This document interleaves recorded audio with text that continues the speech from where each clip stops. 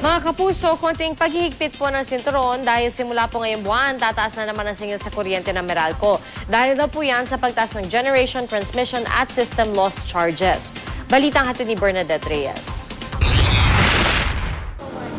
Saglit na ginhawa lang daw pala para sa mga Meralco customer tulad ni Aling Elizabeth ang piso at 73 sentimong bawas sa singil sa kada kilowatt-hour ng Meralco nitong Setyembre.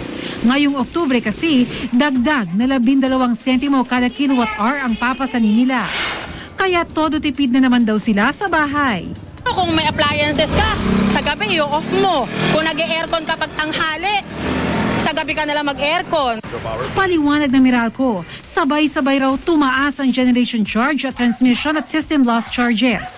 We saw a slight increase in consumption, and as mentioned by Joe, simultaneously, some power plants which were on scheduled maintenance were not available. Kaya sa mga kumukonsumo ng 101 hanggang 200 kilowatt-hours, asahan ang mahigit 23 pesos na dagdag singil.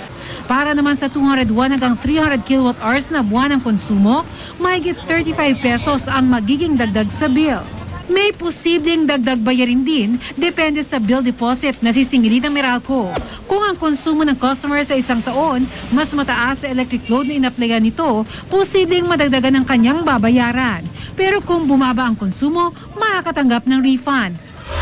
Kunyari, may pagkakataon na non-payment, biglang umalis yung customer, may iniwang consumption, at least meron kang pangahawakan.